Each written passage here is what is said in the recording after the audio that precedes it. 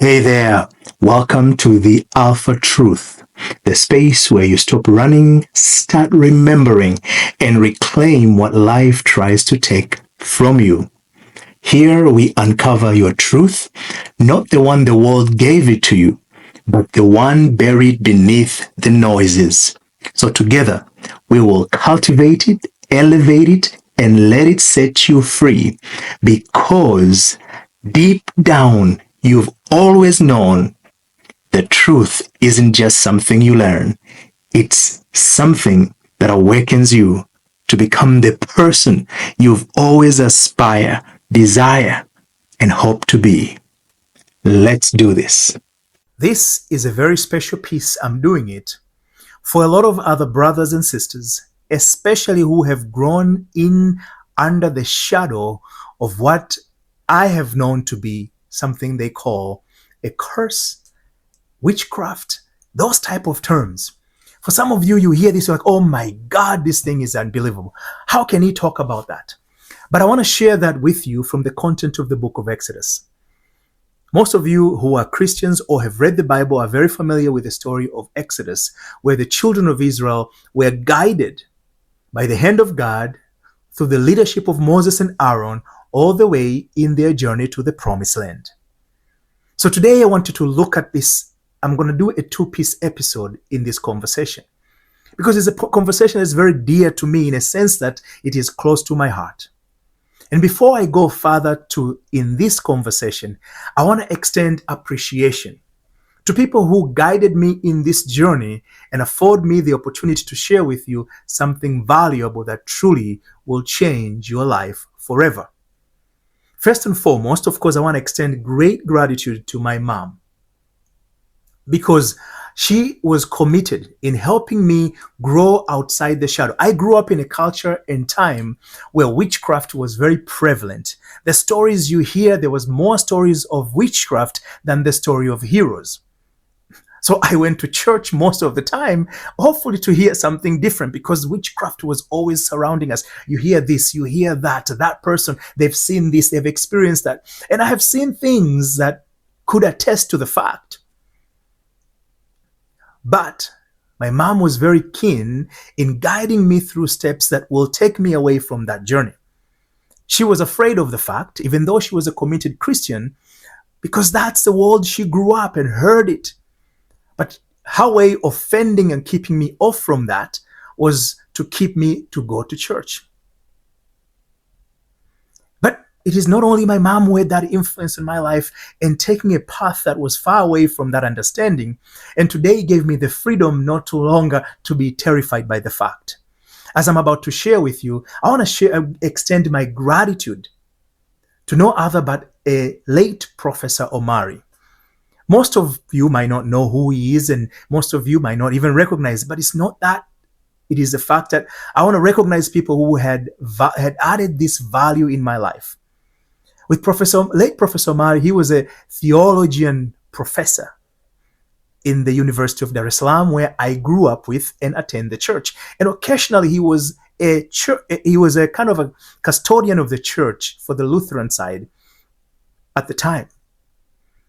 But in my growing up, struggling with this idea of witchcraft around my surrounding, especially in our home, guess what it did?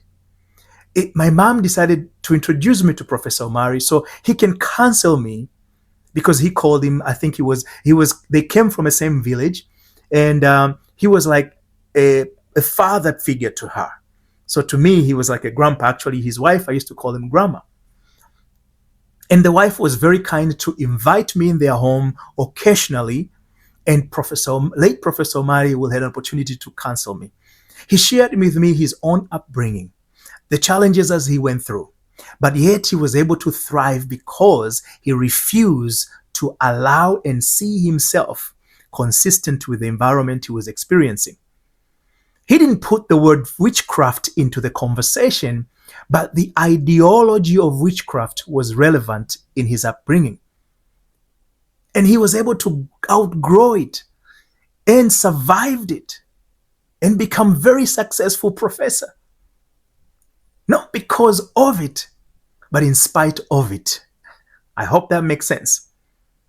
So his words of wisdom and guidance was significantly influential in my way of looking at life. And I heard stories of witchcraft. That person can do this to you. Oh, that person have done to you. My aunts have come and told me over and over, this person is doing this to you. They will tell my mom, and my mom will call me and say, listen to your aunt, but don't believe in what they're saying, because your aunt insists they want to tell you. So I will appear, and then my aunt will tell me this. But yet those things did not faze me. Not because I was ignorant of the fact. I was very much aware of the narrative, but the narrative did not hold stronghold in me because I was given information that was different from what my aunt and other people had. So that is the background I'm coming from. It's not the church. Most of you who believe in witchcraft go to church. Most of you have gone to church seeking prayer, freedom, guidance. And I've seen weird people doing weird stuff, rolling, jumping, and do all kinds of things because they are said the demons have been casted away from them. But also I want to extend my thanks to my late grandma. She was one of those ladies that she lived with an I don't care attitude. She strived in being as positive as possible. And she was literally raised me. My mom worked hard just like my dad. So my mom was only home in the evening and she was pursuing her higher education at the time. So combining her demanding work and demanding schedule of pursuing a degree, a second degree as an adult was quite a lot. So we saw her and she expressed her love as much as she could, as often as possible. But my grandma was a constant feature in my upbringing. And she had an influence because in her presence, we never talk about witchcraft, nor did we saw witchcraft. In fact, every time when there was an element of whether a witch doctor coming to visit our home or anything else, she will whisper into my ear, and I will take a hike out of the house, go and do something else so I do not experience whatever it's done. Because I had experienced enough. For most of those who are Africans, I know if you take up your shirt, it's not allowed here. My wife would be like, what are you doing? You know, this fine body that I have. I'm just kidding. But I have mark as growing up, and most Africans probably have. Not the one you get those immunization, but you'll find you have some marks in your chest, maybe in your belly, on the side of your thighs, and anything else. Those are protections. That's how traditionally we grew up doing. But some of them were just simple traditional protection or something, but some of them were taken to an extent that is greater. But yet the mark are there to speak something of our traditions as we were brought up. Having that, and my dad had an influence, both in a positive way and in a negative way. He grew up in a family and environment that witchcraft was more prevalent than my mom's side. So therefore, my maternal grandmother who raised me could not influence much on that area because she was not exposed to those witchcraft activities. And she didn't believe in it. Of course, my mom might have acquired influence a little bit from my dad because my dad, the region that he was coming from, it was known to be one of the highest place where witchcraft was practiced. And not just any witchcraft, top of the line if you talk about it. The Fendi kind of a clothesline, the Versace, the whatever the names of clothesline that are at the top of the line in your mind. I'm not very big in it, but those are the things that, well, if you're taking a clothesline, that would have been a witchcraft line level in my region where my dad grew up. It's called Tanga in Tanzania.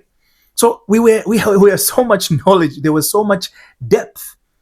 And it was no surprise that my dad found himself in the midst of that. If you're brought up in an environment where certain things are highly exercised, it's natural that you will find yourself expressing some quality or element of those things, especially if they were very dear to you, in a sense that they were brought very close. You were highly exposed to them. And my dad was, to a great extent.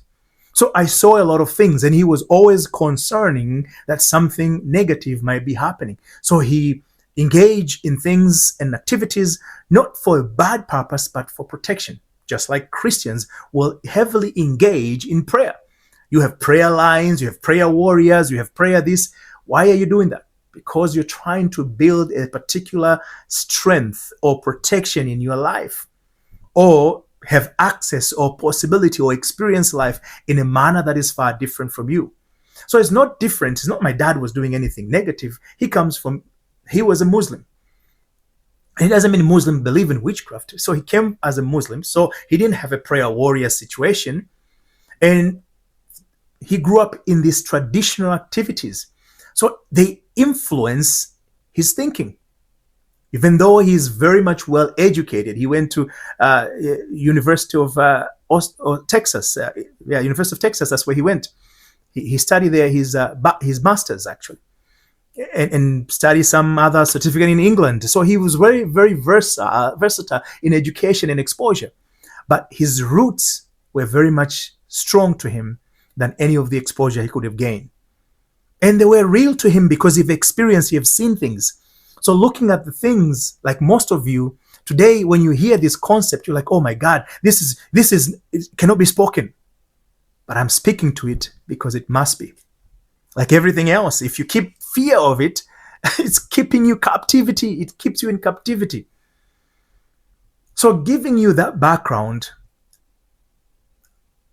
I want you to understand that I'm not a novice. I'm not stupid in these matters.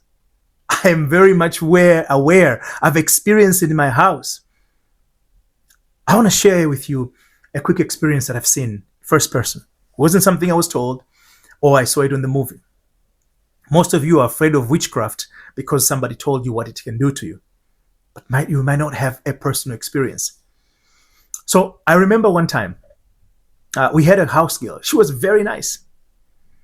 But the first time it happened, it was kind of controversial to me. In our house, we had a guava tree outside, among other fruits. You know, those days, lately in Africa, that's not very common. But as I was growing up, you don't go and buy fruits in a store. You just go and buy maybe flour and soap and oil and other stuff. But fruits, every person had a bunch of fruits. Actually, I would go and get banana from just a neighbor or wild areas that I would walk. There was banana, mango trees, papaya trees, pineapples, guavas. You're talking about apples and everything, oranges. But I don't remember us going to the store to buy them.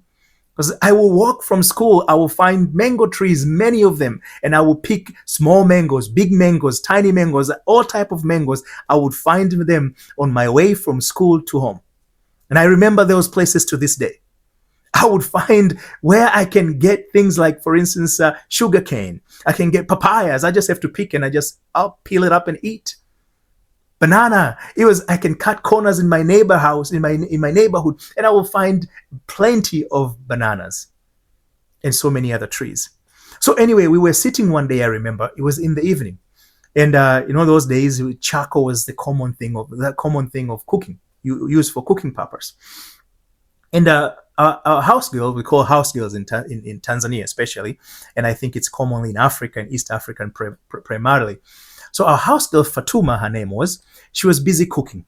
And she was making something we call ugali, which is a corn flour that is nicely made. It looks like a potato, mashed potato kind of. That's what it comes with. And she made it, and she was done cooking, but she had a bucket of flour still that has not been used on the side. And all of a sudden, she kind of get this, today I would describe it as a seizure. She got like a seizure, but she was able to take the part of ugali that was on the fire and put it outside. Simple. I mean, normally you would want to hold it with something else, but she took it just like that. And I remember this picture because I used to hang out. I would like to hang out outside the house. Those days, I mean, if I hang out there, if my dad is there, the car is outside, and we can hang out with some friends. And if it's not, I'll put some chairs. We hang out. It's just a kind of a hangout place. And so we're looking at this girl, our house girl is doing. I'm like, okay, what's going on? And she took it. I'm like, oh my God. She took that pot, very hot, and put it outside. And she's kind of having this seizure, and she stopped. And she dip up on the flour and just start chewing it, like as if it was that ugali. She's eating raw flour. And the most stranger thing that happened thereafter, I was like, I could not. We were like, a couple of us sitting outside. We were like, oh my God, that's crazy. So we were walking to see maybe she's going to be injured, trying to help her. She took the charcoal, the red hot charcoal,